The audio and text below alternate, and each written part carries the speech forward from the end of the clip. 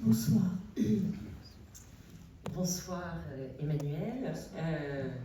Je le disais, on est très heureux parce que cette carrière et pendant qu'on parlera derrière sur l'écran, il y a votre filmographie qui sera indiquée comme ça, les gens pourront se repérer dans cette filmographie où vous allez voir tous ces titres de films, certains très connus et d'autres moins connus, ce qui est le propre des carrières de grands acteurs et grandes actrices.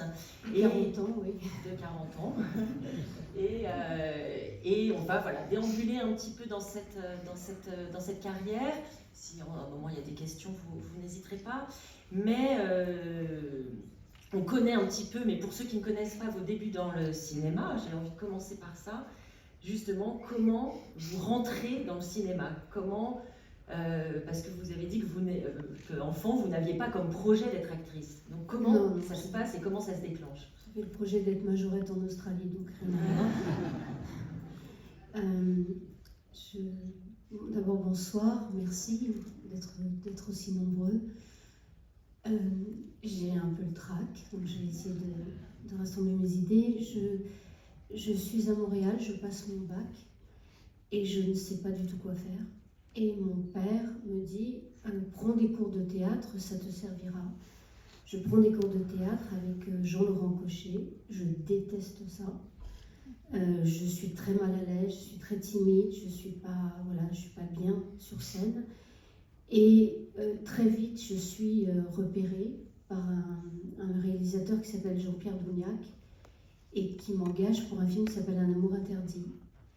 Et à ce moment-là, pour essayer d'être très franche, je ne choisis toujours pas le cinéma, c'est le hasard. Je dis toujours que j'ai commencé par hasard et que j'ai continué par amour, mais j'ai vraiment commencé par hasard. Et dans ma tête, je veux faire un métier qui ne ressemble pas, dont le quotidien est toujours différent. Je veux faire quelque chose qui... je dois être très, très honnête. Ok.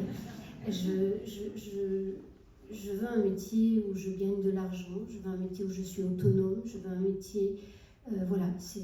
c'est comme ça que je pense ma vie, c'est comme ça que j'envisage ma vie d'adulte. Et je commence ce premier film et je déteste cette première rencontre. Je la déteste et puis très vite, il y a L'amour en douce, donc d'Édouard Molinaro. C'est-à-dire qu'en fait, les choses s'enchaînent. C'est-à-dire que je suis choisie, je ne choisis pas, je suis choisie. Dans ce premier temps de vie, je ne choisis pas, je suis choisie. Et puis, je suis nommée au César pour L'amour en douce. Et il y a un déjeuner des Césars. Et là, j'ai en face de moi un homme qui me dévisage, qui me scrute pendant tout le déjeuner. Je ne sais absolument pas qui c'est. J'ai très rarement été au cinéma. Je n'ai pas de culture cinématographique. Je suis née dans le Midi, je suis née au bord de l'eau, je suis dans la nature, je n'ai pas aucune culture cinématographique. Et il se trouve que le lendemain, j'ai un coup de fil et c'est Claude Berry qui veut que je passe des essais. Voilà. Et c'est Manon des Sources. Alors, on va évidemment évoquer Manon des Sources, mais vous avez dit aussi que vous aviez rencontré Robert Altman. Oui, pardon, oui. Oui, c'est ça, en fait, il y avait des signes, des signes que je n'écoutais pas forcément, mais à Montréal, donc je passais mon bac et j'étais dans une boîte de nuit et il y a quelqu'un qui m'a accosté en me disant est-ce que vous voulez passer le casting parce que Robert Altman cherche quelqu'un et vous pourriez correspondre. Je ne sais absolument pas qui est Robert Altman, mais je dis c'est payé. Donc, on me dit oui. Mais pas tout de suite, enfin il y a un casting là.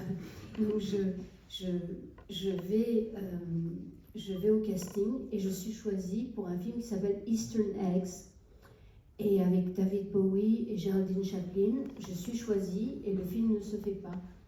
Et puis je vais à New York et je suis dans la rue accostée par le directeur de Vogue qui me fait faire toute une série de photos pour le Vogue américain. Donc il y a des signes tout le temps. Mais voilà, je ne les vois pas, puisque à ce moment-là, je ne veux plus être majorette en Australie, mais je n'ai aucune idée de ce que j'ai envie de faire, et certaines, je ne pense pas du tout à la carrière de comédienne. Mais là, vous dites que donc le film ne se fait pas, mais il est allé loin, enfin, le projet est allé assez loin, parce que pour que les acteurs étaient donc choisis. Oui, on a fait des essais, on avait les costumes, on avait...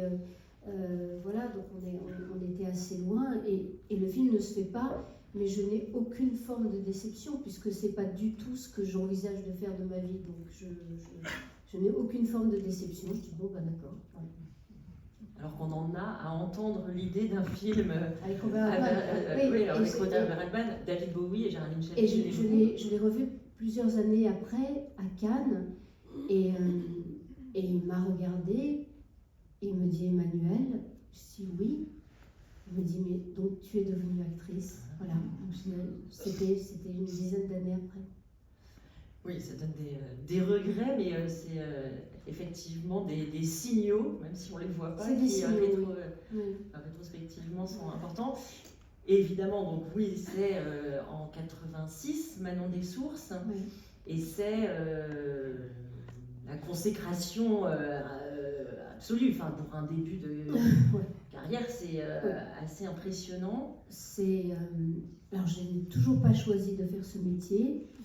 Et tout d'un coup, Manon des Sources, c'est toutes les couvertures, c'est je ne sais plus combien de millions de spectateurs qui voient le film.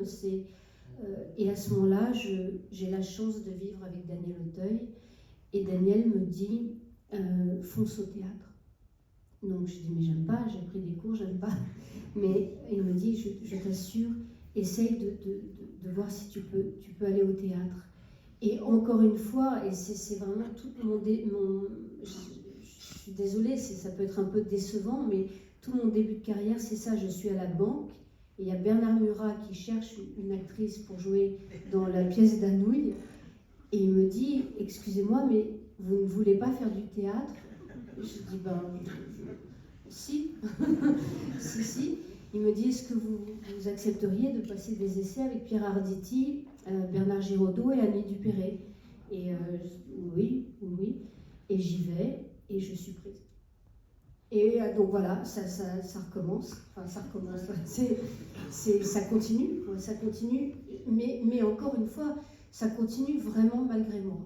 Mais quand il vous propose ça, enfin, quand il vous suggère ça, Daniel Auteuil, c'est pour vous préserver du tsunami cinéma. Et oui, moi je ne sais pas du tout quoi faire de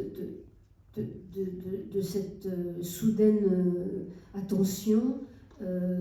Notoriété, non, parce que ça prend plus de temps que ça d'être connu. Des gens, les gens ne me reconnaissent pas vraiment encore, certains oui, mais beaucoup de presse, beaucoup de couverture, beaucoup de pression sur moi, beaucoup de propositions, mais des propositions qui sont toutes des sous Manon des Sources. C'est-à-dire que je me rends compte, et Daniel aussi, je crois, que la cage est magnifique, elle est dorée, mais c'est une cage. C'est-à-dire que tout d'un coup, les gens ne m'imaginent pas autrement qu'en Manon des Sources. Donc, et ça veut dire que vous déclinez des propositions qui vous sont faites? Ouais, je décline tout. Je décline tout et je décide de suivre les conseils de Daniel et je vais au théâtre.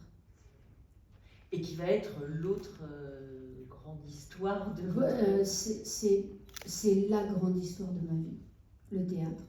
C'est vraiment la grande histoire de ma vie. Je ne crois pas que ce soit le cinéma la grande histoire de ma vie.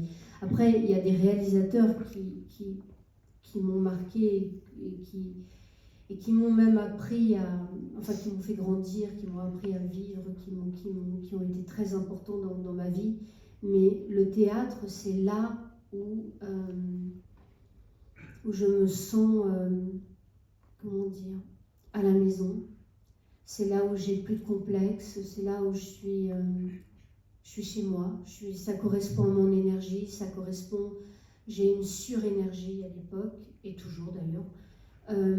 Et tout d'un coup, cette énergie-là, elle est valable. C'est-à-dire que dans Manon des Sources, quand on me filme, ou dans L'amour en douce avant, ou dans Un amour interdit, on essaye toujours de me contenir, et j'étouffe. En fait, j'étouffe. Et ça a peut-être quelque chose à voir avec l'idée du cadre de la caméra, alors que sur scène, il y a un espace... la caméra, encore une fois, je débarque à un âge jeune, je suis bourrée de complexes, j'ai du mal avec cette... Après, il y aura des grands directeurs de la photo et des grands metteurs en scène qui m'aideront à apprivoiser cette relation-là avec la caméra. Mais avant ces grands metteurs en scène, et on parlera d'Yannick, parce que je pense que c'est vraiment Yannick qui a tout déclenché pour moi, Yannick Bellon. Mais avant ça, je suis pas à l'aise. Je me souviens dans Manon des Sources, la caméra est là et je fais ça. Donc à chaque fois, on me dit bah non, enfin, la caméra est là, elle est pour toi, voilà. Voilà, Manon, c'est tellement d'histoires Manon, avec mon pote qui me dit t'as bien de la chance d'avoir un gros plan, donc profite. C'est bien une réflexion, c'est étonnant que vous disiez ça quand on voit la liberté, enfin le caractère de Manon, et comment vous l'incarnez avec une telle liberté. Avec une sauvagerie, en fait, parce que je ne suis pas du tout disciplinée à ce moment-là, d'où la difficulté aussi de me contraindre à faire quelque chose, mais je ne suis pas du tout... en fait, Claude Sauté, déjà. Claude Berry, quand il me regarde, il voit quelque chose que personne ne voit, que personne ne sait. C'est-à-dire que je suis dans le Midi, j'ai vécu toute mon enfance dans le Midi. Ma mère est partie avec un chevrier, donc je sais traire des chèvres. Je sais monter aux arbres, j'ai fait ça toute mon enfance. Donc en fait, je suis faite pour le rôle. Je suis faite pour le rôle. Et en même temps, c'est terrible parce que je prends la place de quelqu'un d'autre. C'est-à-dire que quelqu'un avant moi a été choisi pour jouer Manon des Sources.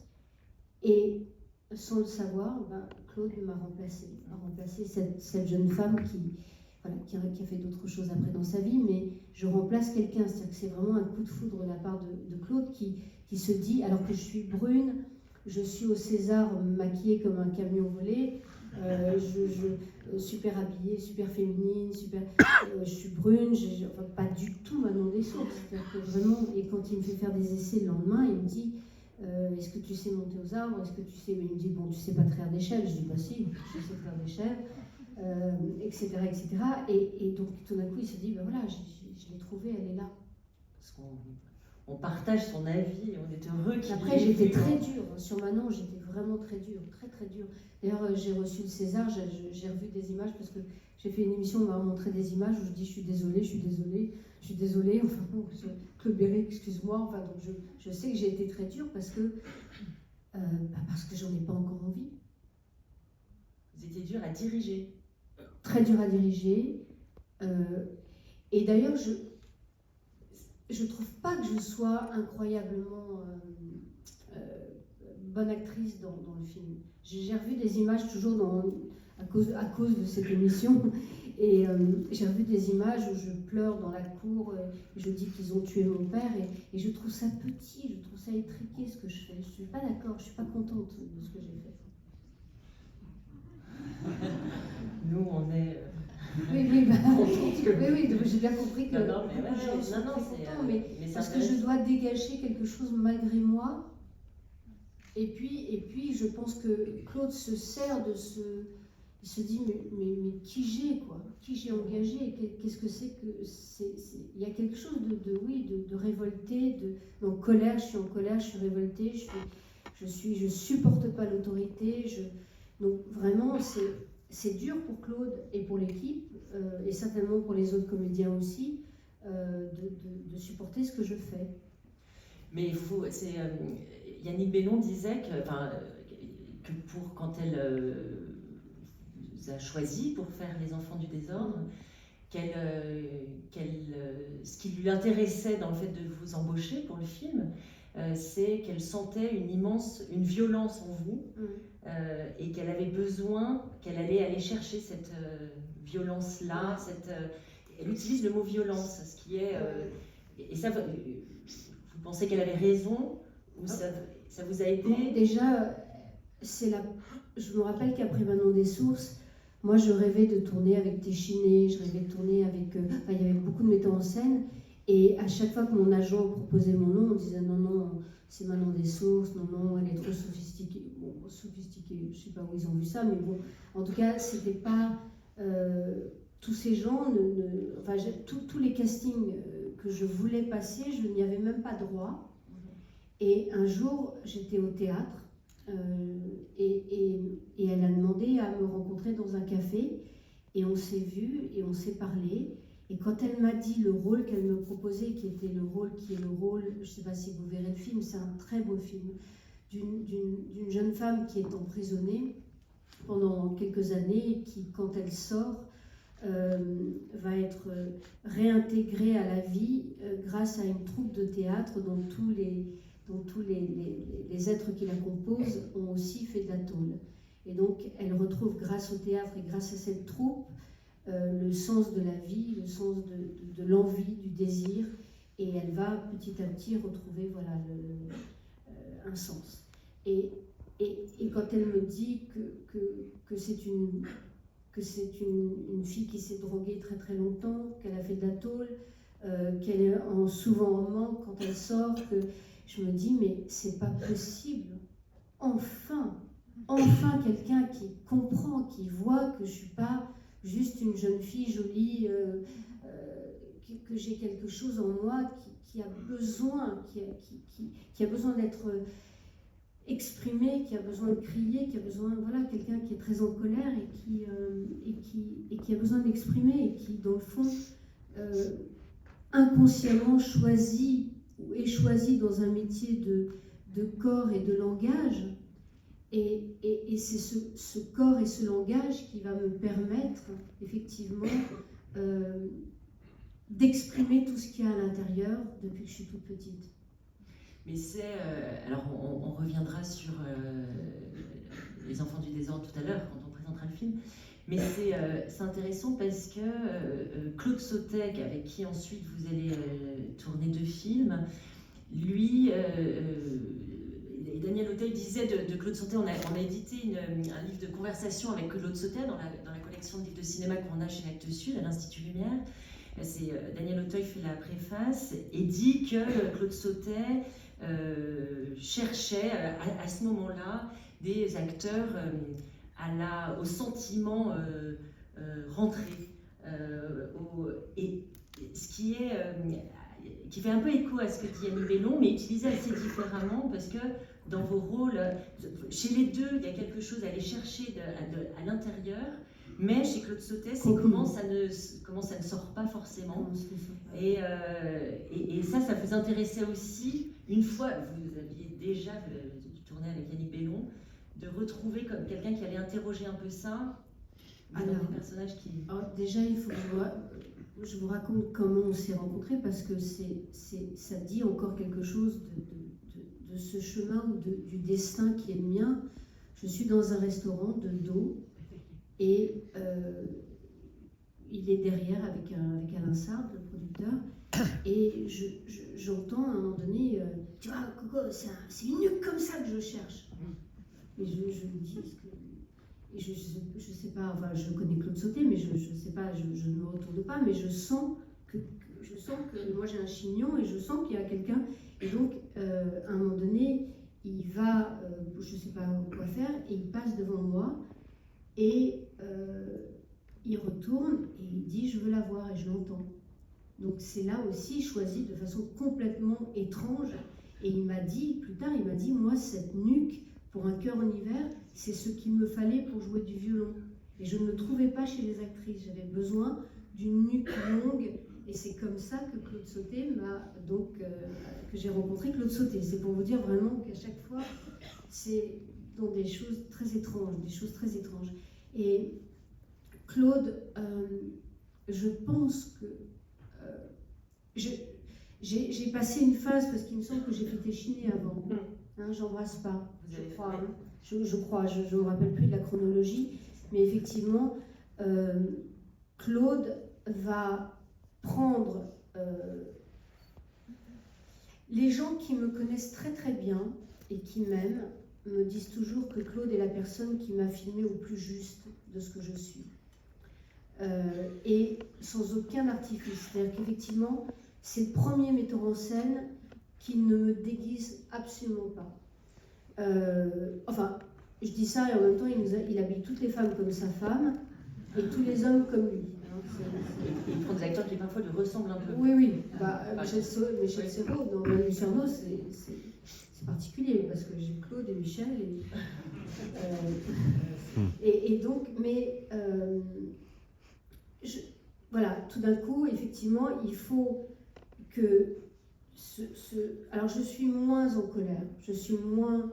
Il y a quelque chose déjà qui s'est exprimé à plusieurs reprises dans des films, mais effectivement, Claude, c'est presque une forme de dictature. C'est-à-dire que vous êtes à table, l'autre comédien est à table, vous faites un geste comme ça, il vous dit mais non, j'ai pas besoin de, pardon, mais il parlait comme ça, j'ai pas besoin de la main comme ça là. Bon, donc la main, on la met où? On la met là.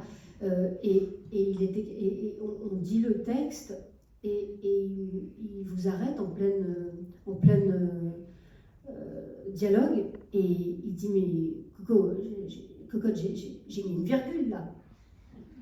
Je n'ai pas fait attention. Comment ça, t'as pas fait attention? Enfin, c'était vraiment une écriture tellement pointue, tellement il fallait suivre à la virgule, il fallait faire aucun geste, et finalement ce qu'il obtient d'absolument magnifique, c'est que à force de vous dépouiller complètement de tout artifice, puisqu'on a toutes des chignons dans les films de Claude Sautet, vous remarquerez, on est tout en chignon.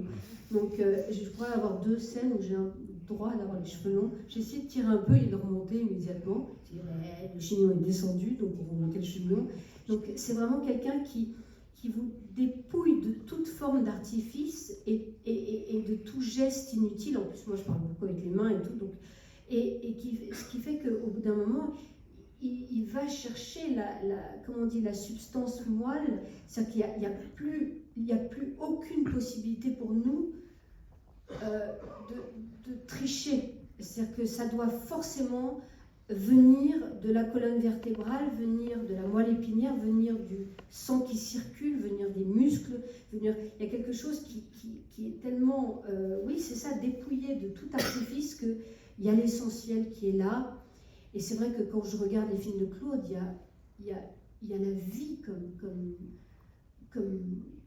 enfin dans tous les films de Claude Sautet, ce que vous remarquez, c'est qu'il y a la vie. Mais voilà, et Claude est la deuxième grande rencontre de ma vie. Mais un dictateur, un dictateur vraiment. Qui ne le cachait pas. Dans le livre d'entretien, il raconte. Non, oui, moi il m'a viré 3 fois d'un cœur en hiver, 3 fois, le même soir, 3 fois dans la même soirée. Ça compte pour une. Ça compte pour une. Non mais voilà, c'est parce que j'avais eu le malheur de ne pas aimer les rushs, donc il m'a traité tous les noms, il m'a dit que j'étais pas actrice, que j'étais mauvaise, que j'étais, voilà, qu'il voulait plus de moi, sauf que moi j'avais travaillé pendant 1 an le violon, donc il voulait absolument pas me remplacer, je le savais. Mais voilà, mais le lendemain j'y ai pas été, je suis pas retournée. Et il est venu me chercher en pleurant, enfin c'était bouleversant, la relation avec Claude, elle me manque tous les jours, ça fait partie des grandes rencontres, et à ce moment-là, donc d'un cœur en hiver, ça commence à être de l'amour. C'est-à-dire je commence vraiment à ressentir de l'amour pour ce métier. Oui, donc un cœur en hiver, on est en 91. Ah, et c'est ça là, ben voilà.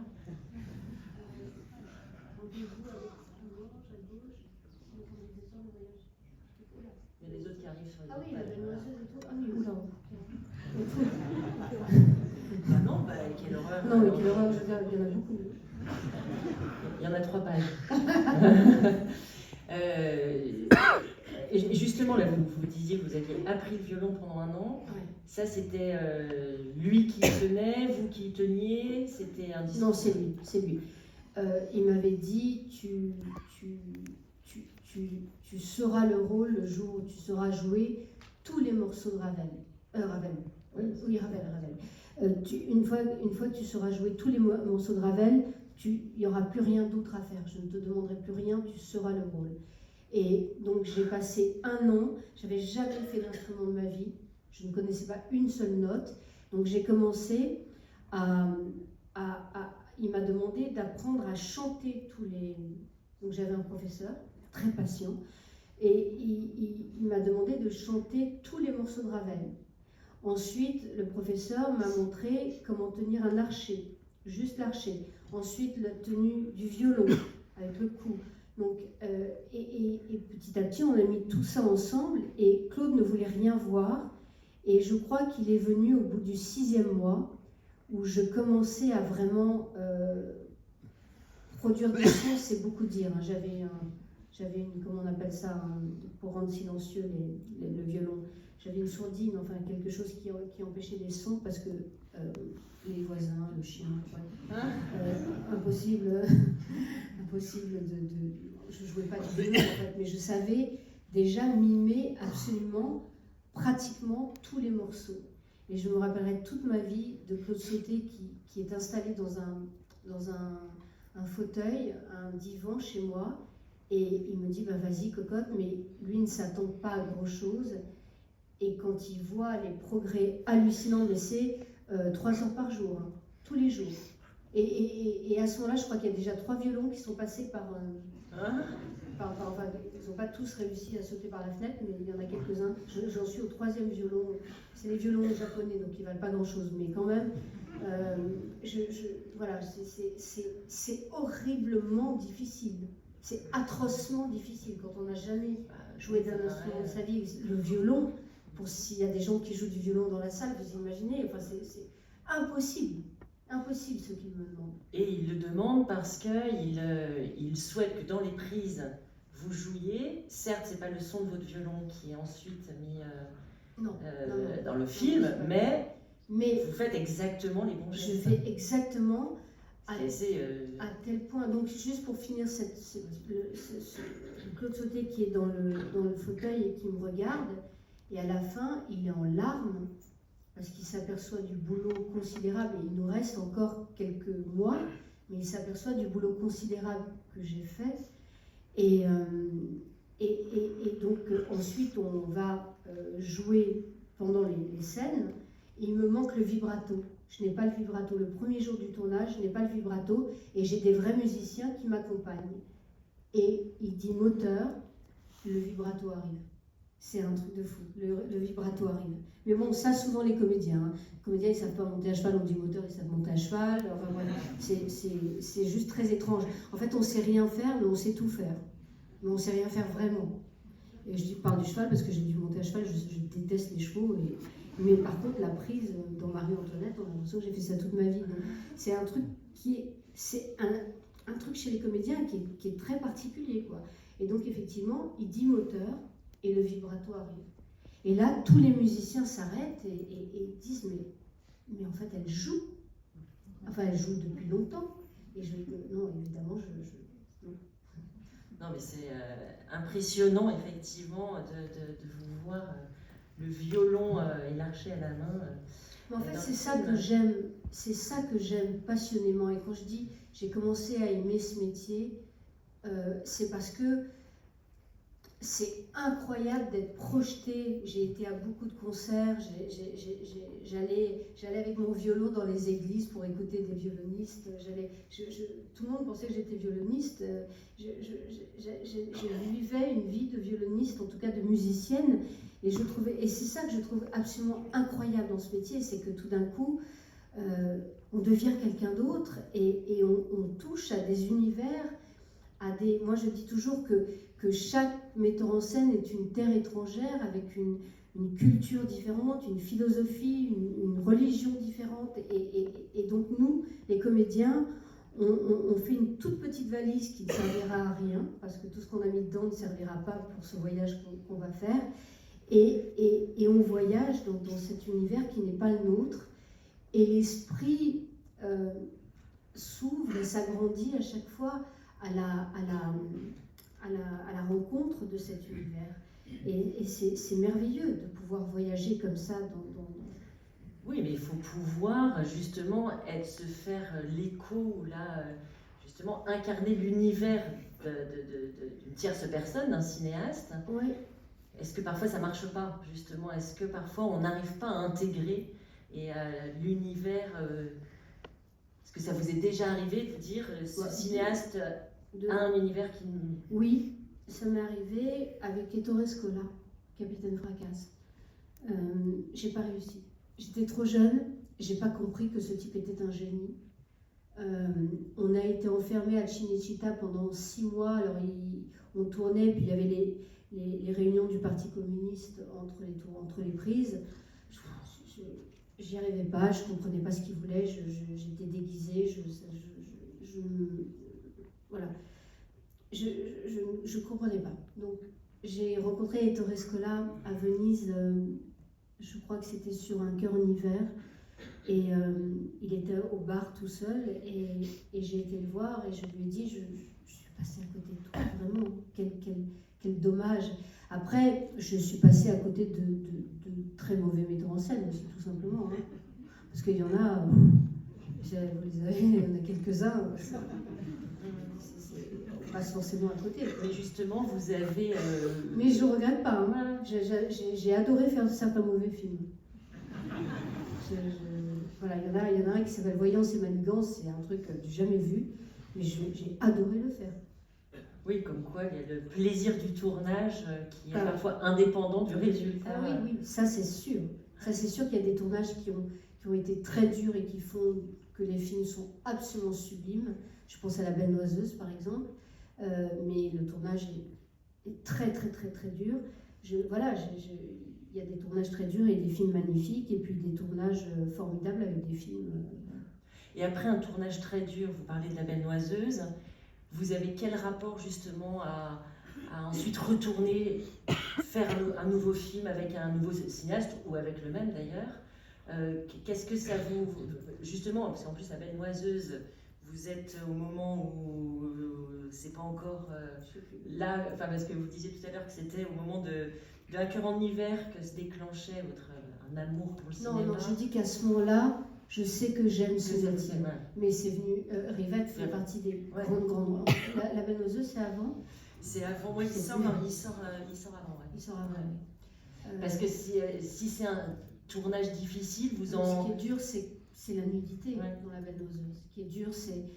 mais en même temps, il y a Rivette qui est un être exceptionnel. Il y a Piccoli, Michel Piccoli, avec qui j'ai une relation magnifique. Il y a Jane Birkin. Donc déjà je sais. Et puis il y a Dufour, qui est le peintre, avec qui je vais poser longuement.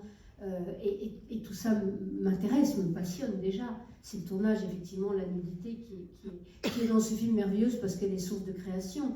Mais n'empêche que je suis nulle et que c'est dur. Et ça, vous le saviez bien sûr avant de tourner le film. Vous hésitez sur des questions. Vous savez que ça va être évidemment une épreuve. Alors, en fait, chaque rencontre de metteur en scène est une histoire. Parce que Jacques Rivette vient... Jacques Rivette, c'était vraiment comme un petit moine tout mince, comme ça, tout habillé, comme ça, étriqué. Il est venu et il m'a parlé longuement du chef-d'œuvre inconnu de Balzac, et donc d'où est tiré le film La Belle Noiseuse. Et il descend, et à l'époque, il n'y avait pas les portables, et il m'appelle d'une cabine téléphonique en me disant « Je comprends très bien que vous refusiez ce film, mais on en fera un autre. » J'avais rien dit. Donc voilà, chaque rencontre est assez étonnante. Et oui, je sais, mais Rivette, mais sa façon de me demander les choses, Michel Piccoli, enfin voilà, je me dis, je vais y aller. Ouais, je sais plus en fait. Je sais plus pourquoi je dis oui en fait. Je crois vraiment que c'est Jacques Rivette. Tout à l'heure, vous avez dit que c'était que Claude Sautet était la deuxième grande rencontre. Vous parlez en termes de metteur en scène, et donc le premier. Alors il y a Yannick qui est avant. Oui. Yannick, comme grande rencontre, quels sont les grands cinéastes qui sont pour vous? Alors il y en a peut-être énormément. Ouais. Non, mais il y en a à qui je me suis attachée presque de façon filiale, quoi. Il y a Claude Sauté, c'est vraiment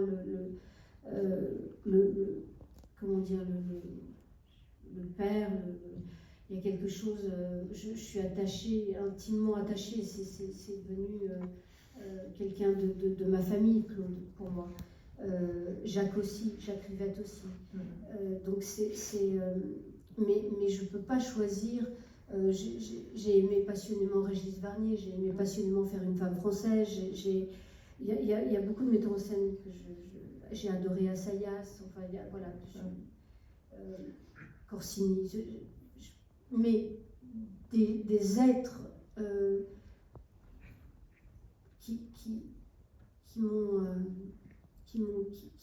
dont je suis restée très, très, très, très proche jusqu'à leur mort, il y a Rivette et Sauté.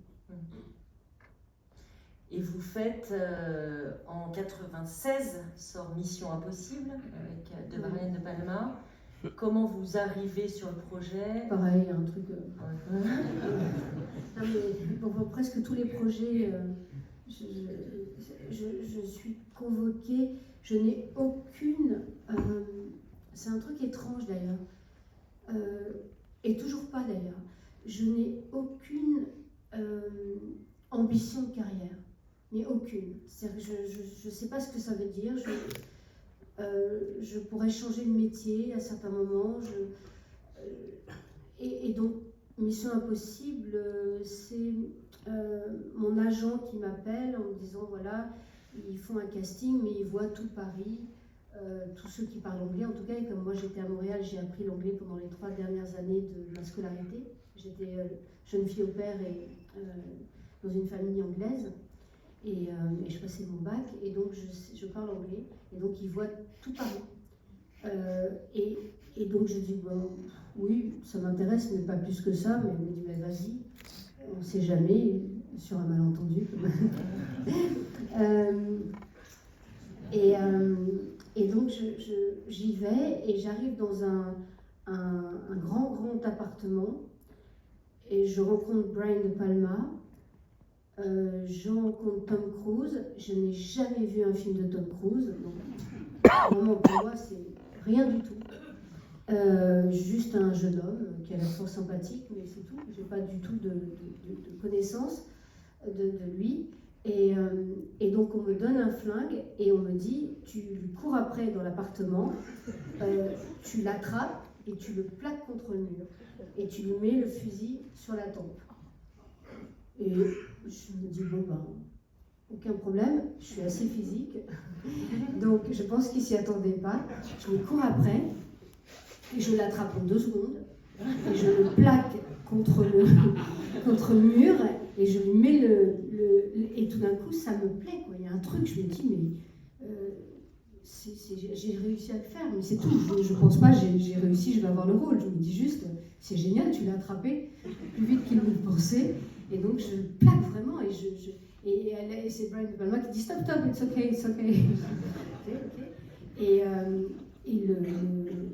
Voilà, et je pars toute contente d'avoir attrapé le type que Tom Cruise, voilà. Et donc le lendemain, mon agent m'appelle en me disant, tu as le rôle. Et vous avez aimé tourner ce film? Détesté. Alors là, vraiment détesté. Parce que déjà, j'ai très conscience du cinéma français, j'ai très conscience du cinéma d'auteur. Et alors déjà, on est tous dans on est à Pinewood, on vit pendant 6-7 mois à Londres. Et donc ça, c'est bien. Mais on est dans des grandes caravanes, très isolées les uns des autres. C'est-à-dire que c'est pas du tout ce que je connais moi du cinéma d'auteur, où en amont on travaille ensemble, où on prépare, où on fait des choses. J'ai eu une préparation, j'ai dû apprendre à tirer, j'ai eu une préparation que j'ai adorée par contre, des cours d'anglais, des cours de dialogue d'anglais, tout ça, la préparation qui a duré des mois, je l'ai adorée. Mais une fois sur le tournage, j'ai senti un isolement total, absolu. Et surtout, j'ai vu tous les films de Brian De Palma, je me dis, bon d'accord, alors là tu tournes vraiment avec un génie. Donc ça c'était, pour moi, je me suis dit, là tu es vraiment dans un film qui risque d'être un chef-d'œuvre, parce que je pensais à Brian De Palma. Et je me rends compte que c'est Tom Cruise qui dirige le film, brillamment, mais c'est lui. Et je vois Brian De Palma sur son siège avec un combo, un énorme combo, mais je me rends compte que on n'est pas dirigé par Brian De Palma. Et la seule chose, c'est que moi, je vais tous les soirs dîner avec De Palma, qui lui-même sent bien que c'est pas son film, et on va manger des pâtes, et ça, c'est un grand souvenir, tous les deux. Et le film, je me dis, mais avec une caravane, on peut faire un film français. Ou même 2-3 films français, donc, parce qu'on avait des trucs de gym et tout. Enfin, moi, je me dis, c'est pas possible, quoi. Tout cet argent-là, moi, je sais, je connais maintenant ce que représente un budget de film français, donc c'est vraiment indécent. Voilà. Ça me paraît tout à fait indécent. Et puis très seul. On se sent très seul, très isolé. Une fois que le tournage est terminé, chacun rentre chez soi, il n'y a pas du tout ce que moi j'aime. Donc j'ai adoré la préparation, mais j'ai pas aimé le tournage, non. Et c'est pour ça que vous ne continuez pas une carrière c'est pour ça que je continue pas du tout. Ou... Non, je continue pas du tout. Je vais faire une grande promotion à Los Angeles.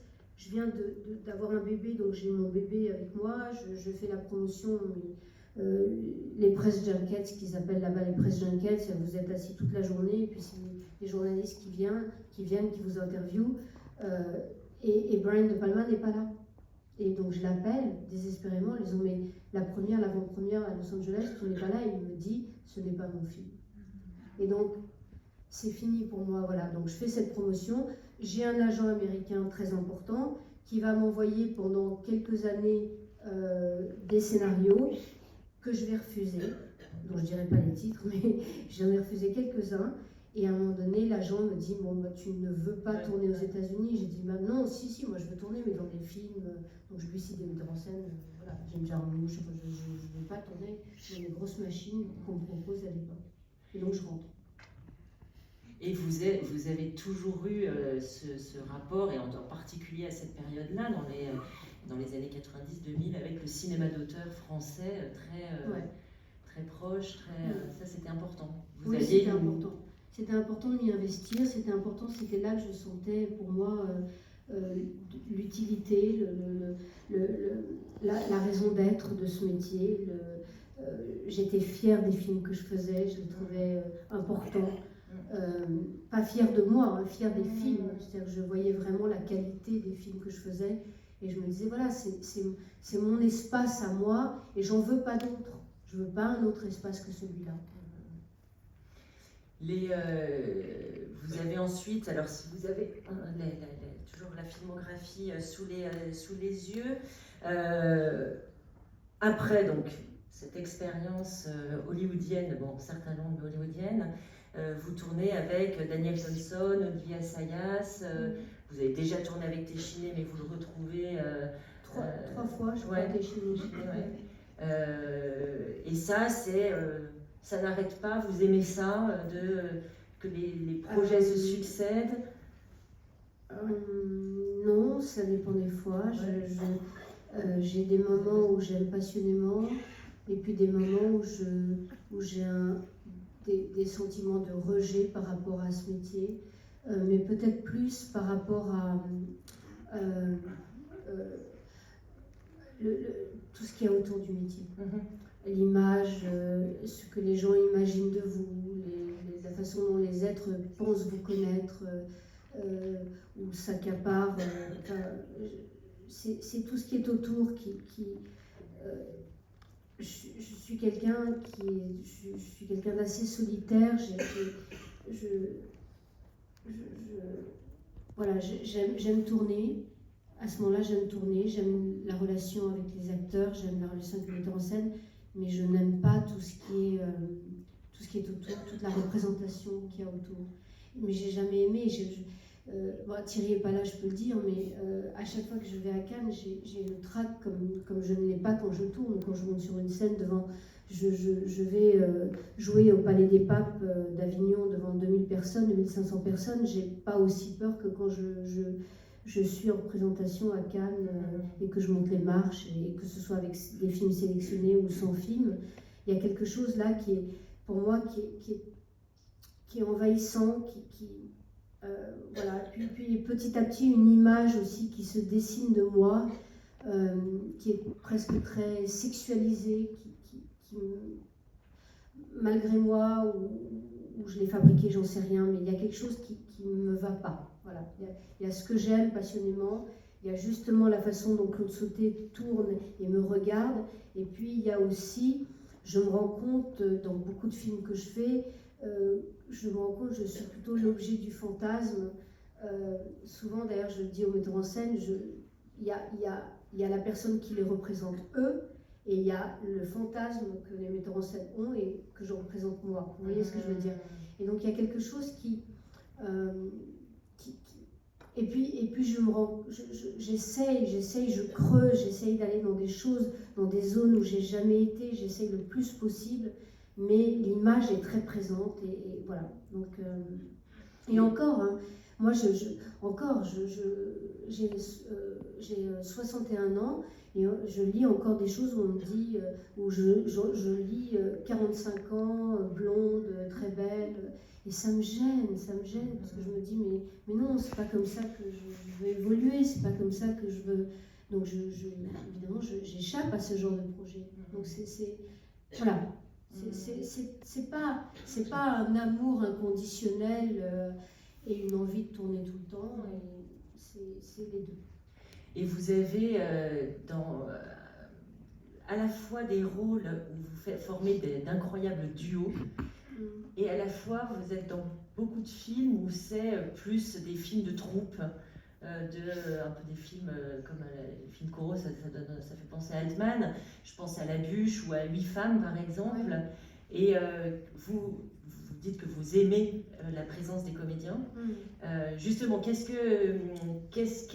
comment vous arrivez, par exemple, dans les films où vous formez des duos, que ce soit avec des acteurs, comme pour Nelly Monsieur Arnaud, par exemple, ou avec des actrices, même avec Fanny Ardant dans Nathalie, qui est vraiment pour moi un film de duo, oui, c'est vous deux.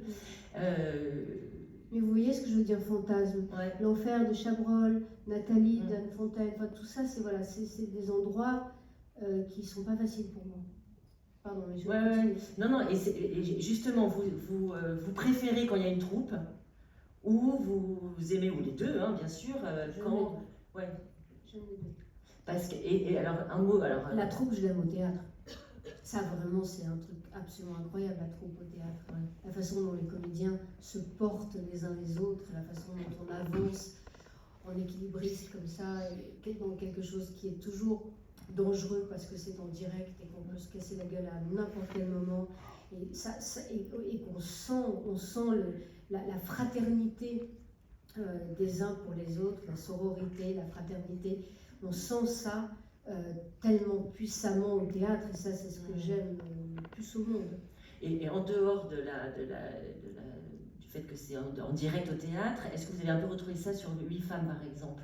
Le côté troupe et de toutes ces actrices réunies? Oui.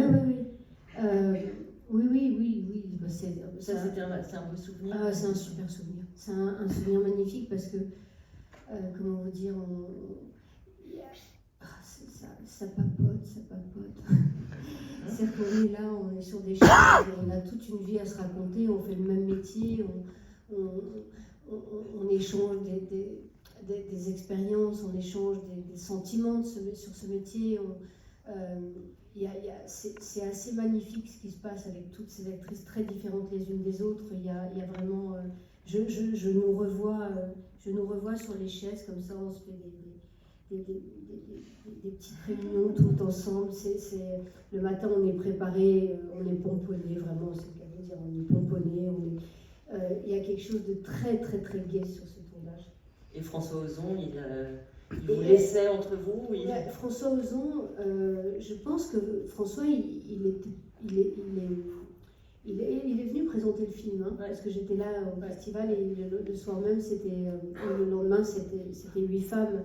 Je crois qu'il pouvait peut-être, lui, appréhender un peu le fait d'avoir réuni 8 actrices qui comptent et qui pourraient être dans une sorte de star system, et c'est pas du tout ça. Pas du tout ça, c'est vraiment, il a 8 personnes qui sont complètement à son écoute et qui sont disponible et qui ose des choses. Voilà, on a tout appris à chanter, on se regarde toutes chanter les unes les autres. Il y a quelque chose de très joyeux. Voilà, et il nous très fait joyeux. un très beau cadeau en vous Et il fait un réunissant. super beau cadeau. Alors, j'avais déjà rencontré Fanny, j'avais déjà tourné aussi avec Catherine. Mais voilà, c'est un tournage très joyeux. Et vous évoquiez tout à l'heure L'Enfer de Claude Chabrol. Vous connaissiez l'histoire du projet de Clouzot? Non. Non, j'avais vu quelques images, ouais. Parce que Claude nous les a montrées, mais non, je sais que ce projet était avorté. Ouais. Et la rencontre avec Claude Chabrol a pas été. On parlait des gens à côté desquels on était passé. Je pense que je suis passée complètement à côté de Claude Chabrol. C'était pas mon univers, c'était pas. Claude est quelqu'un de très. Comment dire. Il rigole beaucoup, il est très joyeux, il aime bien la bonne bouffe, il aime bien boire, il aime bien et tout ça m'était un peu étranger. D'ailleurs, quand je l'ai rencontré, souvent dans les rencontres avec les metteurs en scène, Claude Sauté, il aimait bien boire. Donc la première rencontre, j'étais ivre morte. Et parce qu'il buvait, moi aussi, donc du coup, par timidité. Et Claude, j'ai tellement mangé que je ne pouvais plus. Et donc voilà, et Claude, on tournait, c'était un sujet qui était très très difficile. François était très fragile aussi, Cluzet, et donc Claude donnait des indications qui étaient, pour moi, aujourd'hui ça passerait plus du tout. D'ailleurs, c'est fou parce que je me souviens que Claude m'avait dit, écoute, je dis oui, mais alors le rôle, et tout, il m'a dit, remue des fesses, tu seras le rôle. Et j'avais trouvé ça. Ah, puis alors, c'est étonnant d'entendre ça quand on voit comment justement vous incarnez le personnage. Oui. En fait, il voulait dédramatiser. Il avait raison. Il voulait dédramatiser tout le temps la tension que ce film demandait. Sauf qu'on était tellement tendus avec François et on devait l'être pour jouer les scènes qui sont extrêmement violentes. Mais Claude dédramatisait, mais presque trop. C'est-à-dire que j'avais l'impression que dans le fond, la tension et presque le chagrin que ce film réveillait en moi n'était pas du tout pris en compte par Claude. Et ni par sa troupe, parce que Claude, il a toute une équipe, il avait toute une équipe autour de lui. Et donc, je suis désolée, je ne l'ai pas aimé. C'est étonnant, mais c'est étonnant que vous disiez ça alors qu'on a le sentiment, vu votre performance dans le film, on se dit, et on vous souhaite, enfin en tout cas on se dit, mais elle a dû être mise pour sortir ça, pour réussir à jouer ce rôle qui est d'une violence, qui est violenté, qui est violenté, il faut être très en sécurité sur le tournage. Et ça paraît étonnant. Je l'étais pas. Il n'a pas fait attention à ça. Et alors c'était ou des scènes où effectivement je devais être très allumeuse, puisque en fait ce qui était problématique pour moi, c'est que je n'existe que dans le regard du personnage de François Cluzet. Je n'existe que dans son fantasme.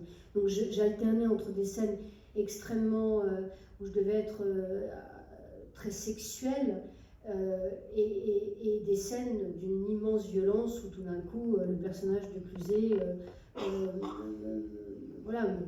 violente et me maltraite. Et donc c'était non, je n'ai pas aimé. Ça a été un énorme succès. Donc voilà, et beaucoup de gens ont aimé ce film. Mais vous savez, quand on n'aime pas un tournage, ce film, je l'ai vu une fois. J'ai jamais pu le revoir. Je l'ai jamais revu en fait. Et je l'ai presque oublié. Je vous trouve incroyable dans le film et ça fait quelque chose d'entendre que ça n'a pas été un... Non, on vous a pas mis en confiance pour un rôle comme ça. Non. Ouais. Et je connais des actrices qui aiment passionnément, qui ont aimé passionnément Claude Chabrol. Donc vraiment, peut-être que je sais pas, peut-être que je manque d'humour, peut-être que j'étais pas, voilà, peut-être que ce rôle a tapé trop fort et c'est pour ça que j'ai réussi à le jouer sans doute aussi. Mais il a tapé trop fort et il y a un moment donné, il y a des rôles comme ça dans ma vie qui ont tapé trop fort et qui m'ont laissé exsangue. J'en ai quelques-uns dans la tête où tout d'un coup vous vous dites, pour répondre à votre question tout à l'heure, je peux enchaîner, il y a des rôles dont vous vous dites je ne m'en remettrai pas, je ne m'en remets pas. Voilà, il m'est arrivé vraiment d'avoir des moments ensuite, après les films, de difficulté à retrouver la porte de chez moi. Et vous disiez que vous ne connaissiez pas le projet, enfin Chabrol vous avez montré des images, donc vous saviez qu'il y avait eu ce projet, donc je ne sais pas si vous avez en tête de ce projet avorté de Clouzot qui avait tourné, qui avait commencé à tourner L'Enfer avec Serge Reggiani et Romy Schneider. Il y a un très beau documentaire de Serge Bromberg qui utilise les rushs du film et qui fait lire par deux comédiens la partie du scénario qui n'a pas été tournée. Vous aviez vu donc des images quand même, il vous a montré des images parce que quelques images de Romy Schneider pour que une image notamment où elle a beaucoup de rouge à lèvres et où elle a la lumière très, très puissante sur elle parce qu'il voulait. Il y a une scène où je suis dans les escaliers, il y a plein d'hommes qui montent et en fait voilà, on imagine qu'elle va monter pour les satisfaire. Donc j'avais quelques images comme ça en tête où effectivement on devait retrouver cette atmosphère folle qui naît de l'imaginaire du personnage masculin. Et vous avez déjà dit que Romy Schneider était une actrice que vous admiriez. Est-ce que il y avait quelque chose qui se jouait aussi dans le fait de jouer un rôle qu'elle avait elle-même joué? Non. En fait, c'est difficile d'être sincère parce qu'il y a vraiment des choses mais quand j'ai commencé ce métier, j'ai été confrontée à beaucoup d'interviews pour Manon des Sources. Et je me rappelle une des premières interviews que j'ai faites, c'était avec Michel Denisot, je pense, et il me dit mais vous, qui vous a inspiré? Et moi, je viens de Cogolin, j'ai fait du foot, je viens d'un endroit vraiment où il n'y a pas de cinéma, il y a le cirque, il y a le Luna Park, mais il n'y a pas de culture cinématographique, comme je vous l'ai dit. Et donc, avec toute la naïveté qui est la mienne à ce moment-là, je dis non, moi je ne suis pas inspirée par des comédiens, je suis inspirée par Dominique Rocheteau. Et Dominique Rocheteau, c'est les Verts, c'est le footballeur des Verts. Donc là, je vois le trouble dans oui, et alors, donc il adore le foot, heureusement, donc il a rebondi. Et je rentre chez moi et je parle à mon père. Et mon père me dit, mais c'est n'importe quoi. Tu ne peux pas dire Dominique Rocheteau, tu fais la promotion de Manon des Sources, il faut que tu regardes des films, il faut que tu t'inspires d'acteurs, d'actrices. Et je tombe sur une revue et je vois des photos de Romy Schneider et je la trouve très belle. Et donc l'interview d'après, on me dit, et donc vous, qui vous a inspiré? Je dis, moi c'est Romy Schneider. Ça vous poursuit parce que je vous pose la question. J'ai vu l'interview en question. Donc voilà. Donc ensuite, évidemment, il fallait continuer. Donc ensuite, j'ai découvert Romy Schneider plus tard, et particulièrement dans les films de Claude Sauté. Voilà, Romy Schneider, c'est une pure merveille. Et moi, vraiment, aujourd'hui, dans ma tête, j'ai Gena Rowlands et Romy Schneider, et peut-être Nastasia Kinski, que j'adore.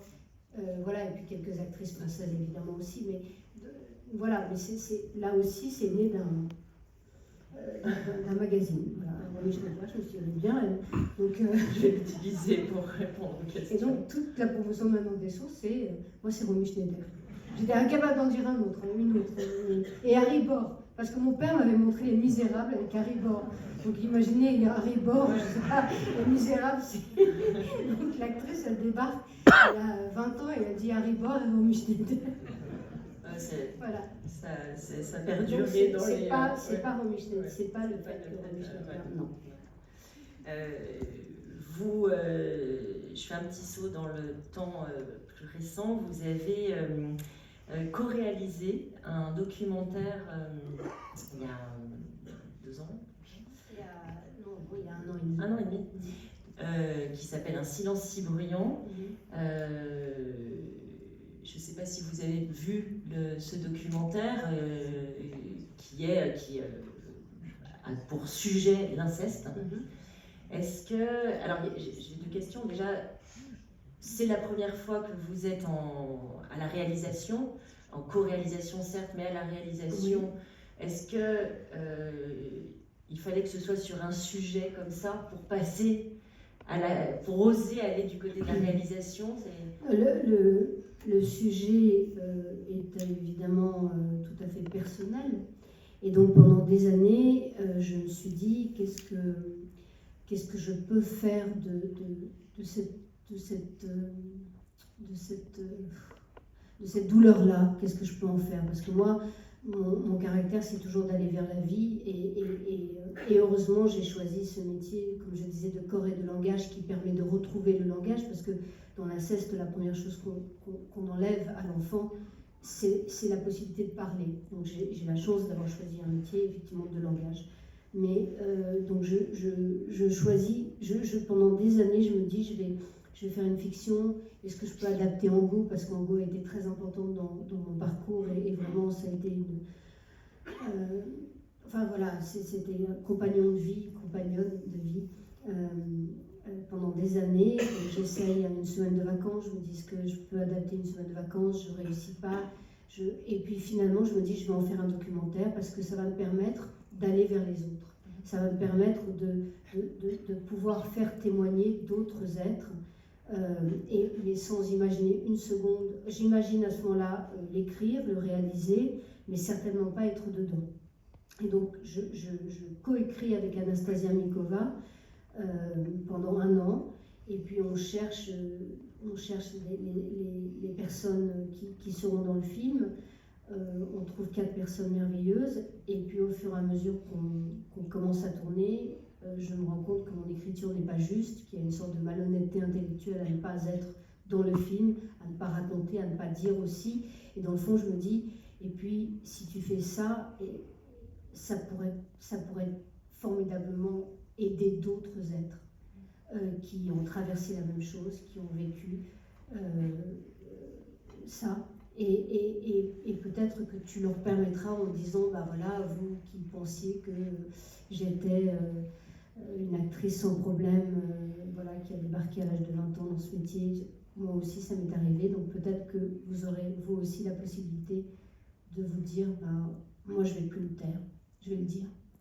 Je vais le dire dans un premier temps, dans un premier cercle intime, et puis ensuite je vais porter plainte s'il est encore temps. Et donc voilà, j'ai commencé, et donc j'ai co-réalisé ce film qui est sorti à la télé, et depuis, on a fait le tour du monde avec ce film. C'est-à-dire que ce film est parti dans tous les pays. Moi, le plus loin où j'ai été avec le film, c'est les Philippines, où j'ai trouvé exactement les mêmes problématiques. C'était fou, il y avait une salle de 2800 personnes. Je pensais que ce serait que des expats, c'était que des Philippins.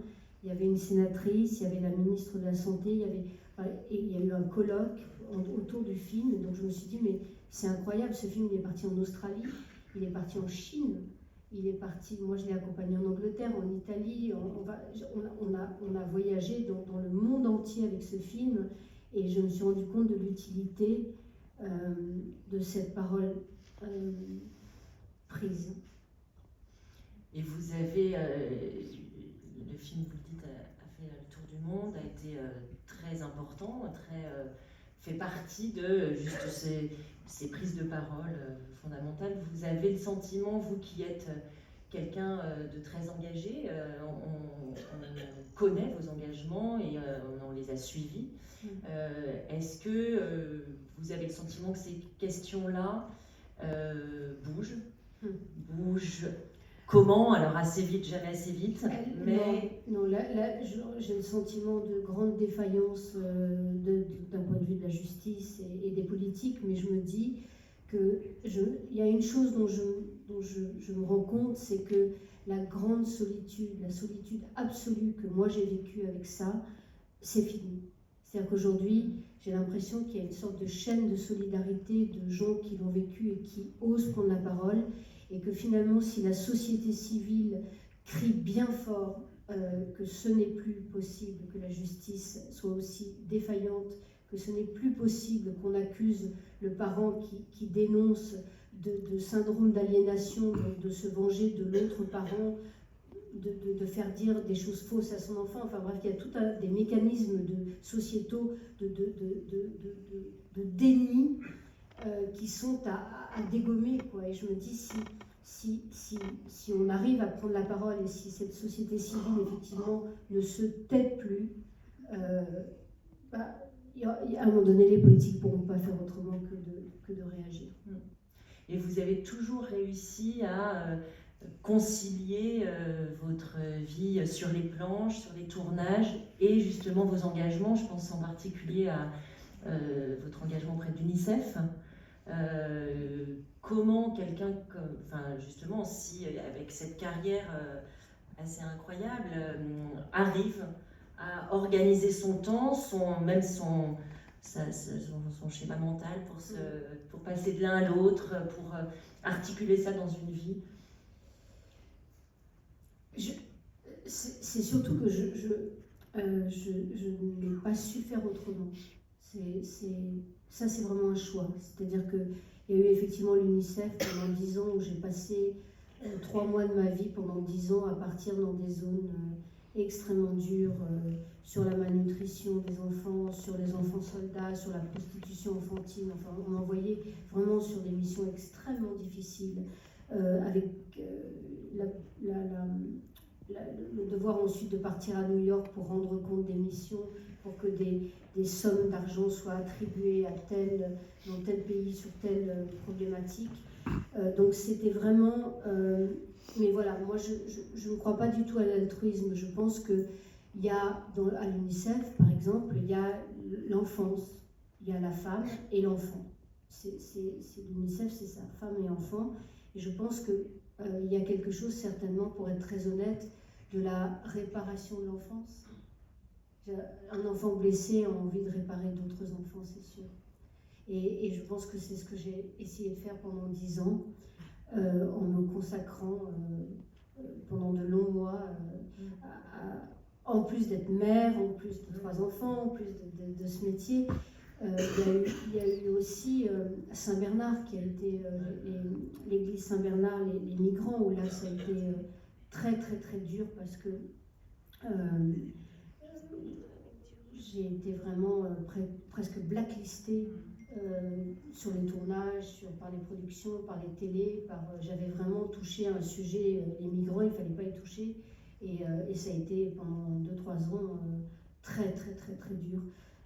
Mais je ne regrette pas une seconde, et tous les engagements que j'ai eus, comment vous dire, moi j'ai même eu l'impression quand je m'engageais dans une cause, et je ne m'engage jamais dans une cause si je ne la domine pas, si je ne la contrôle pas, si je ne suis pas vraiment, je veux dire que je fais un travail considérable pour pouvoir m'engager, et j'ai presque eu l'impression très souvent de m'être trompée de métier. Je me suis dit, mais dans le fond, est-ce que j'aurais pas dû être médecin, psychiatre, ethnologue, anthropologue, j'en sais rien, pour pouvoir me dédier entièrement à ce genre de cause, parce que j'ai autant pris que j'ai essayé de donner, mais j'ai pris beaucoup de ces êtres-là. Ils m'ont vraiment fait grandir. Et c'est pour ça quand je vous demandais comment vous pouviez concilier ça, parce que quand vous dites effectivement après Saint-Bernard que vous étiez blacklisté, en tout cas, on se souvient que ça a été effectivement pas sans incidence sur votre vie professionnelle. Il faut y retourner ensuite, des années après, à continuer sur d'autres engagements, sur d'autres fronts, de se dire, malgré la difficulté dans laquelle ça peut me mettre, je ne lâche pas cette idée Oui, d'avoir alors après, il faut savoir que s'engager pour les femmes et les enfants dans le monde entier, ça gêne personne. Hein. Ce qui gêne, c'est les femmes. Donc c'était vraiment le sujet tabou. Personne ne m'a jamais reproché de partir en Thaïlande sur les enfants prostitués, ni les enfants malnutris du Vietnam. C'était vraiment Saint-Bernard, les migrants. Oui, mais il y a encore récemment, on le voit dans les signatures de textes, etc., de personnalités, de voir qu'il y a un regard porté sur ça qui fait que certains s'en tiennent un peu éloignés. Oui. Chacun fait comme il peut. Moi, j'ai aucun. Je comprends qu'on puisse s'en tenir éloigné. On est plus tranquille, certainement. Mais moi, je ne sais pas faire. Je ne sais vraiment pas faire. Là, je vais sans doute jouer un texte qui est écrit sur le bateau SOS Méditerranée. Et ça me passionne. Et là aussi, il s'agit de migrants. En fait, tout ce qui est... Mais j'ai compris, à la mort de mon père, j'ai regardé dans les papiers, et puis à la mort de ma grand-mère aussi. Et en fait, toute ma famille, du côté paternel et maternel, sont des migrants, sont des déracinés, et même très souvent, des deux côtés, des êtres qui n'ont plus eu de papier pendant un certain temps. Mon père, par exemple, a été apatride pendant un certain temps. Donc, en fait, je pense que ça s'inscrit dans les cellules, quoi. Il y a quelque chose qui fait que... quand je sens quelqu'un de déraciné, profondément déraciné, ça me ravage et j'ai besoin d'y aller. Vous avez donc co-réalisé ce documentaire. Est-ce que, vous dites que vous aviez des projets autour d'œuvres de Christine Angot, enfin d'adaptation. Est-ce que vous avez des projets de réalisation? Est-ce que c'est quelque chose qui a toujours été un peu là, l'idée de ne pas être, enfin de passer derrière la caméra, ou est-ce que c'est, voilà. Alors l'idée de passer derrière la caméra, elle est venue il y a une petite dizaine d'années, mais j'ai fait d'autres choses et il y a eu beaucoup de théâtre. En fait, j'ai fait 10 ans de théâtre non-stop. Je suis passée de Nordé à Rambert, donc j'ai vraiment enchaîné. On a fait 2 fois le Palais des Papes. Enfin, c'était vraiment très très lourd et ça a duré 10 ans. Donc j'avais pas le temps. Et là, j'écris. J'écris et je vais réaliser mon premier film. Donc ça, c'est vraiment pour moi, c'est ce qui peut m'arriver de plus beau. C'est vraiment, je suis beaucoup plus excitée. Alors après, c'est pas fait, hein. Il y a du bois là. Non, il n'y a que du plastique. Je suis superstitieuse, oui, là on voit. J'en suis au traitement et j'espère aller jusqu'au bout. Et c'est encore une fois une histoire très personnelle et j'ai vraiment besoin de le raconter. Et c'est vous qui écrivez? Oui. Et vous aimez ça? J'adore ça. Mais j'écris depuis toujours. Hein. Comme je suis une grande insomniaque, depuis toujours, la nuit, je me lève et j'écris. Et le dernier film dans lequel on vous voit jouer, c'est Caroline Duruas. Le film que j'ai tourné, vous voulez dire? Non, on vous a vu dans Les Passagers de la Nuit. Oui. Il y a eu... c'est le dernier film. Non, c'est le film de Caroline Duruas qui n'est pas sorti, qui va sortir. Elle a fini le montage. Ouais. D'accord. C'était bien? Ah oui, c'était bien. Ah oui, j'étais très contente. Je joue la maman de Léna Garel, qui est une super actrice. Et Caroline Duruas est une metteuse en scène formidable. Donc oui, c'est bien. J'étais très heureuse.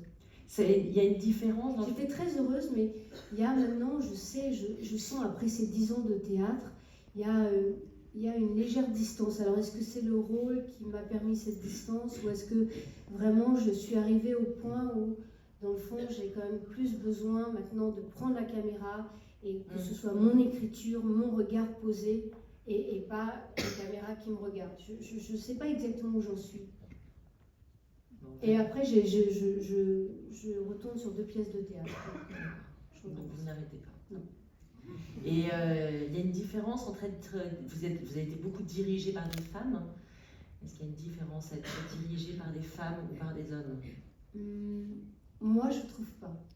Je ne sais pas les autres actrices ce qu'elles en pensent, mais moi, je trouve qu'il y a des metteurs en scène très féminins et des metteuses en scène qui ont quelque chose de masculin. Donc je trouve pas. Après, si peut-être, si je pense quand même à Yannick Bellon, par exemple, très rentre dedans. Si je pense à Catherine Corsini aussi, qui est quelqu'un comme ça, mais non, mais je dirais non. Est-ce qu'il y a des questions dans la salle? Je regarde l'heure. Oui, on a le temps de quelques questions si certains. Là, il y a un doigt qui se lève ici.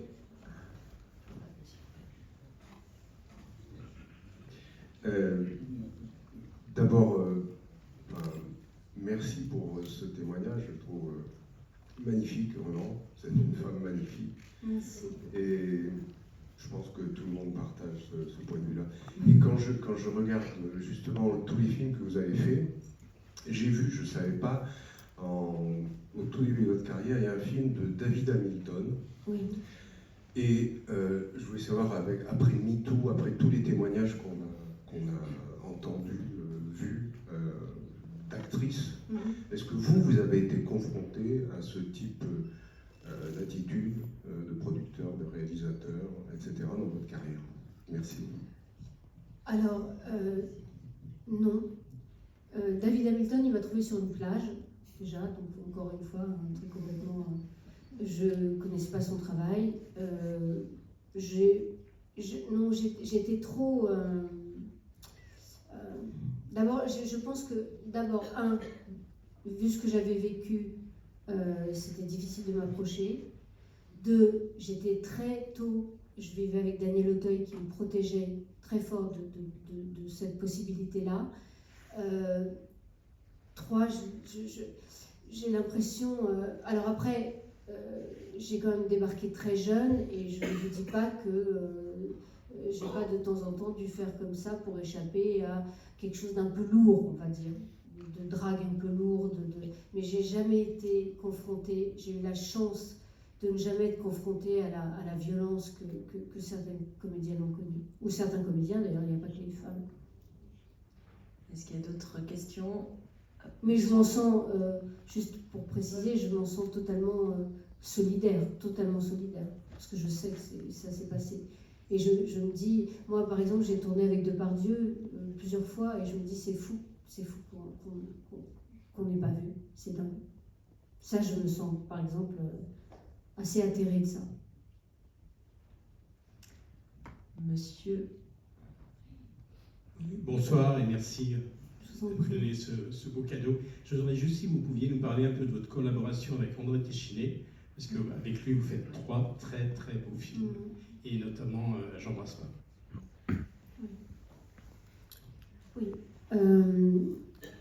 André, c'est aussi une relation très très très forte pour moi, très puissante. Il est revenu effectivement me chercher 3 fois dans des rôles qui étaient difficiles aussi. Je me souviens par exemple de J'embrasse pas, mais je me souviens de... Vous voyez ce que je disais par rapport à Chabrol, qui effectivement me confiait un rôle extrêmement difficile. Téchiné, c'est le contraire. C'est-à-dire que Téchiné, il est enveloppant, Téchiné, il fait attention, Téchiné, il a peur de faire mal, Téchiné, il est attentif au moindre signe de difficulté, de douleur. Donc c'est vraiment un être tout à fait exceptionnel dans son rapport à l'humain et dans son rapport à ses acteurs. Et donc c'est 3 très, très, très... D'abord, ces 3 souvenirs magnifiques. Ces 3 tournages, J'embrasse pas, c'était très, très dur, mais il était vraiment formidable avec moi. Il y a les égarés et les témoins. Voilà, Téchiné, c'est quelqu'un qui a une relation à l'acteur très intime, c'est-à-dire qu'il est j'imitais Claude Sauté tout à l'heure avec ses machin devant toute l'équipe.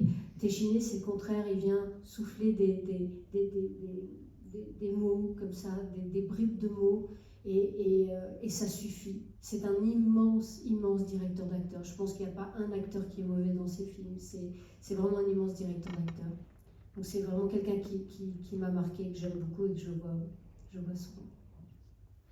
Une autre question? La jeune femme. Ouais. Le micro arrive. Bonjour. Bonjour. J'aimerais savoir, est-ce que vous auriez un conseil à donner à de jeunes comédiennes qui tentent de se créer une carrière dans le cinéma ou dans le théâtre? Alors moi je dirais qu'on ne se crée pas une carrière. Enfin, il me semble que moi je ne me suis pas créé une carrière. J'ai envie de vous dire au travail. Au travail, le conseil moi, que je donnerais, parce que j'ai vu vraiment des élèves de conservatoire, j'ai vu les élèves du TNS ou Travail Nordé, Nordé, des directeurs, j'ai vu le TNB à Rennes, j'ai vu vraiment des écoles qui sont des écoles formatrices, des écoles qui sont des écoles où vraiment on apprend à malaxer, à pétrir la langue d'auteurs contemporains, d'auteurs classiques, d'auteurs. Donc c'est vraiment pour moi, je dirais, mais trouvez-vous cette école, une école de cette qualité-là, parce que j'ai l'impression aussi que beaucoup de jeunes, moi j'ai des enfants, mon dernier il a 15 ans, j'ai l'impression qu'il croit qu'on devient célèbre. Enfin, non, on travaille, on ne devient pas, on ne fait pas une carrière, on se met au travail et on apprend. Et pour ça, il faut des endroits comme ces écoles-là.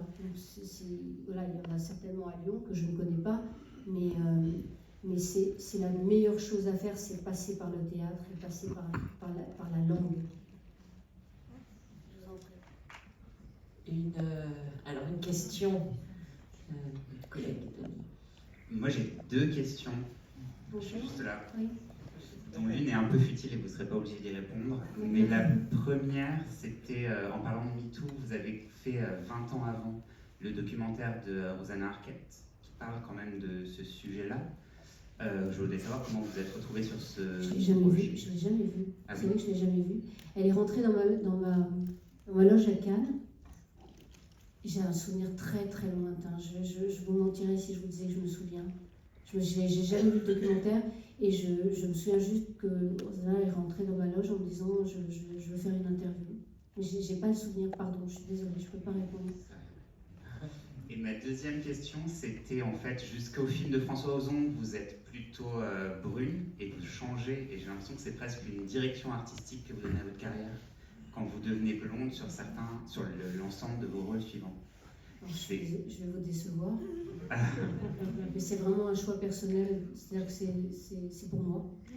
Je pense qu'il y a eu une erreur, je ne suis pas née, je suis née brune par erreur.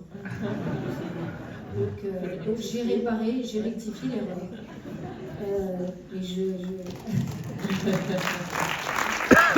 À chaque fois qu'il y a le en scène, si, il y a le film que j'ai fait, L'étreinte, de Ludovic Bergerie, où il m'a demandé de redevenir brune, et c'était un cauchemar tous les matins. Moi, je détestais me regarder, donc voilà, donc c'est non, c'est bon. C'est comme ça. Une dernière question, madame. Bonsoir. C'est un vrai plaisir de découvrir la personne que vous êtes. Vous avez une sensibilité palpable et c'est très agréable de vous écouter. J'avais une question concernant les yeux jaunes des crocodiles. Je voulais savoir comment vous aviez abordé ce rôle que personnellement je trouve un petit peu ingrat, le rôle d'Iris. Et je voulais savoir aussi si vous pouvez nous parler un petit peu de votre collaboration avec Julie Depardieu sur ce film. Alors, les yeux jaunes des crocodiles. C'est pas votre préféré. Moi, ça m'est égal de jouer des rôles ingrats. Moi, j'ai pas de. Enfin, voilà, je trouve ça même drôle. Elle est complètement starbée, la fille. Donc, moi, c'est très jouissif à jouer. Donc, j'ai eu plutôt beaucoup de plaisir à jouer ce rôle. J'ai pas préparé, j'ai suivi. Je trouvais qu'elle avait quelque chose d'inconséquent, de loufoque. Donc, je me suis jetée dans les scènes comme ça, sans vraiment construire. Contrairement à d'autres personnages, sans construire vraiment de personnage. Et voilà, et Julie, bon, je sais pas, j'adore Julie, on s'entend très très bien, mais it's not my favorite. Alors, j'ai l'impression qu'il y a une question là qui est dernière. Allez, là, le micro arrive. Je sais pas, il y a 2 doigts, c'est le premier qui saisit le micro. Hop là, mademoiselle, madame. Ouais. Bonjour, enchantée. Bonjour.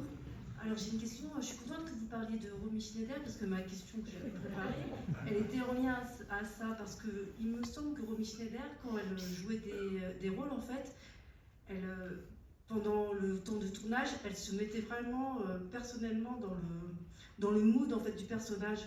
Et je voulais savoir si vous c'était pareil ou si quand vous sortiez du tournage, vous aviez préparé le bain du bébé et puis voilà vous faisiez vraiment la séparation entre le tournage et vie personnelle en fait. Oui.